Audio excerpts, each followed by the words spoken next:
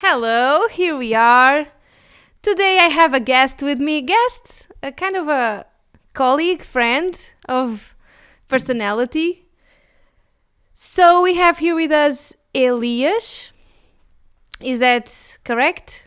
Yeah, that's it. Yeah, my name is Elias. I am a person very interested on personality. I've been for years, like 7, 8 years, more or less.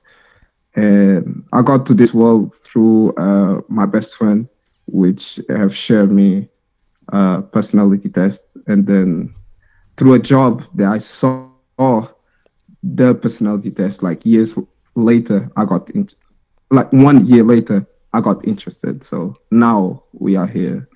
And your Yeah, personality type is? I after years of to get to what is my personality type, I got to the conclusion that it's ENFP.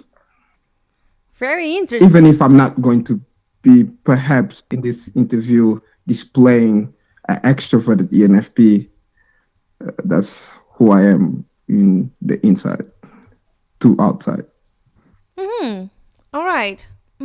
So, since I have also discovered that I might be ENFP, and you have helped me with that because you made me question why not ENFP, and for several years I thought I was INFP, and that was a very interesting discussion we've been having, and I've also come to the conclusion that I'm more extroverted than introverted, and that was very interesting to see. So, the whole topic of the discussion today is going to be what does it mean to be ENFP? Like, what makes you an ENFP? Sorry, could you repeat the question? What? What? Like a bit. Yeah, for sure. What makes you an ENFP? Why are you ENFP and not any other type? Um, well, first of all, I would say it's just the fact, it's just the access to of us just to draw connections very quickly through a conversation.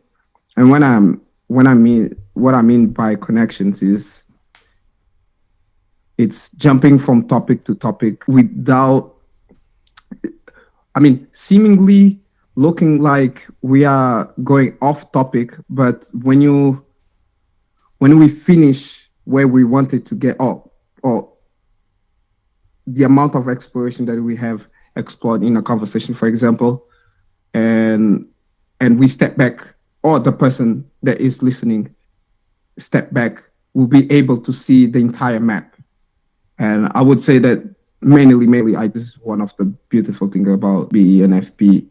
I mean, okay, right now I'm just giving an example of just any isolated extrovert intuition.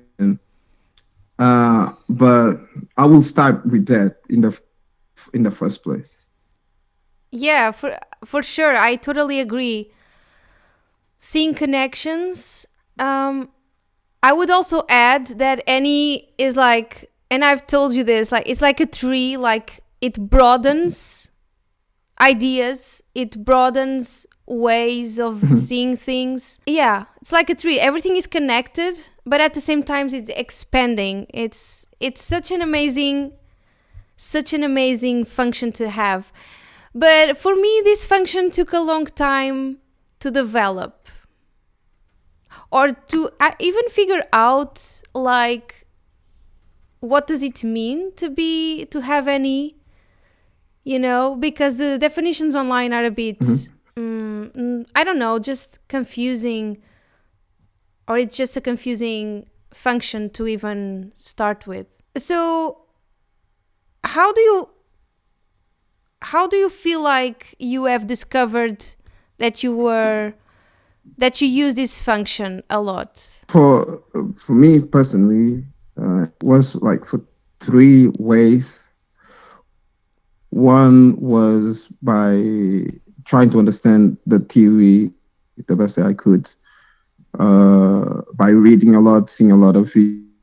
It was trusting the people that know me the closest to that told me, like my best friend that actually that gave me the test to try it. Uh, like she and more other friends I have, like three or four, have told me that I appear like a ENFP. Uh, and then lastly, I got the consultation from one of the YouTubers uh, that a lot of people have heard about, Amy Y. I think her content, it's very insightful, very like in your face in a way as well, very clear, very easy to understand.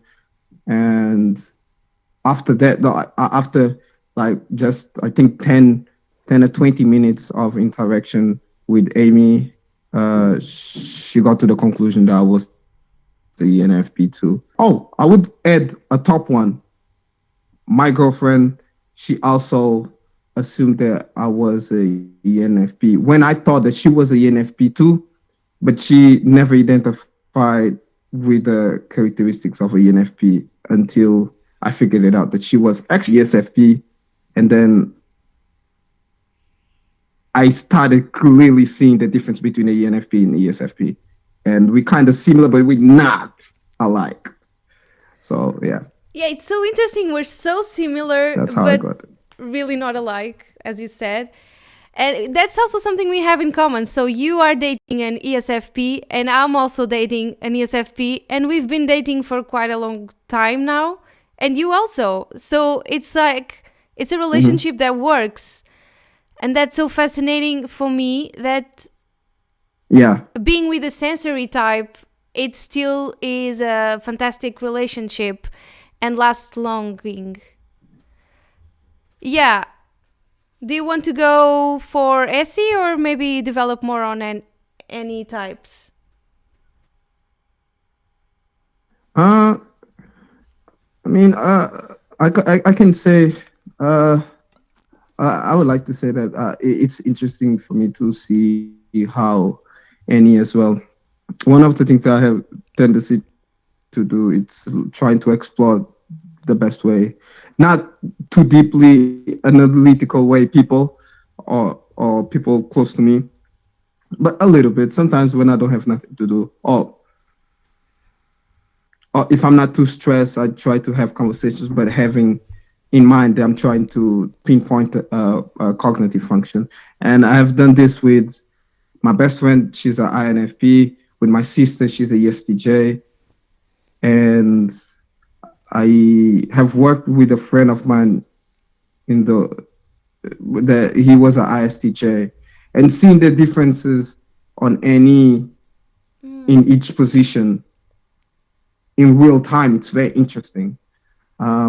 Like the like for example, the ISTJ kind of rejection of or distrust. I wouldn't call it rejection. Distrust of the NE. It's very interesting because they trust that SI very strongly. But when it comes to a situation where they see that there's no way that their SI is going to help them, uh, it's amazing because I feel like a triple approval from ISTJ. Like, oh, okay, so you finally get me, but it's not that they never got me. I would say it's just they didn't saw how useful any in dominant position is could be useful until it's actually call it for a situation for such. What kind of Yeah. situations does that happen? Um, like for example, I have worked in the restaurant as a KP, and it's a job that requires a lot of like being systematic, like very procedure way. Like you have to create a system that you have to collect all the dishes, uh, the dishes, the classes and stuff like that, very quickly, as in a way that give you time to polish and bring it back to the bar or to the restaurant. And very often he excel in that area, But there were moments that, like, one of the things that sometimes was necessary was just go downstairs, pick a bottle of a drink because the bartender needs one, and I come with the explanation of like the color or the shape, and explaining why the color and the shape makes sense for that bottle that they have asked. And like after he goes downstairs and he couldn't find it, when it's something that he's really good to remember, like what type of bottles for the drinks that we have, he would be very good. If if he couldn't find it, it would be very stressful for him. So sometimes I would give instructions in a way that and he would find it away, and like he would still not trust it. But if I would go downstairs, which have happened one or two times, I'll downstairs and pick the bottle. He will, oh, okay, yeah, it was very clear, but he wouldn't trust it from that procedure. So I just found that interesting. Yeah. So you kind of helped that person with his procedure with your NE. Yeah. Yeah. That's cool. That's really cool. Well, with NE, I just feel like this almost impossibility of doing the things in a orderly way. It's like I know the way I should do things, and I sabotage myself because I cannot do it's just I get so lazy if I have to do it in a methodical way. And yeah, that's how my NE expresses itself. Like it doesn't want, it's like a nature force pulling me back, like, no, don't do this way, this is not, I know intellectually I should do it that way. I have a question for you. Yeah. How you would describe, like, in a situation when there's like when it's too late, or maybe you were like chilling too much in the situation. I'm not saying a scenario right now, but imagine a scenario that where maybe you were chilling too much and a chaos was coming to you, and got to a point that like your NE won't help in this situation, and you actually have to organize everything systematically. Like, is there moments, do you have any example that you had to, like, oh damn, now I have to use SI and I don't have another choice, and you have to figure it out like that? Or you just let the chaos take over of the situation until someone else come to help, or you leave the area or something like that? Good question. I just feel like when I get to that point that I'm going to use the SI, it's already too late. It's already like so chaotic. Like, why didn't I do this like previously? I could have done this without stress, but my brain just postpones the SI when it's last minute. Like, no, yeah, postpone the SI. That's the thing. And then it's like, for example, I have to organize my house. I'm on holidays and I need to organize the house. And throughout the day, I know I have to do the things, and I even plan times to do the things, but my brain postpones the SI, and then I want to do it when it's dinner time and I have to do the dinner. So I'm multitasking. I'm doing making dinner and organizing something else. So when I actually do use the SI, it's already too late and it's very chaotic. But you know why I do this? Because I feel like I can always get away with it. It's like, imagine this happens today and like, oh, at the end everything went well, so that's okay. And my brain knows the boundaries of which I can go. And it's like I postpone exactly to the moment I know I'm going to be able to do it. Which is not healthy and not cool. It's not cool because when Oh, when other people see me, I look completely yeah. disorganized.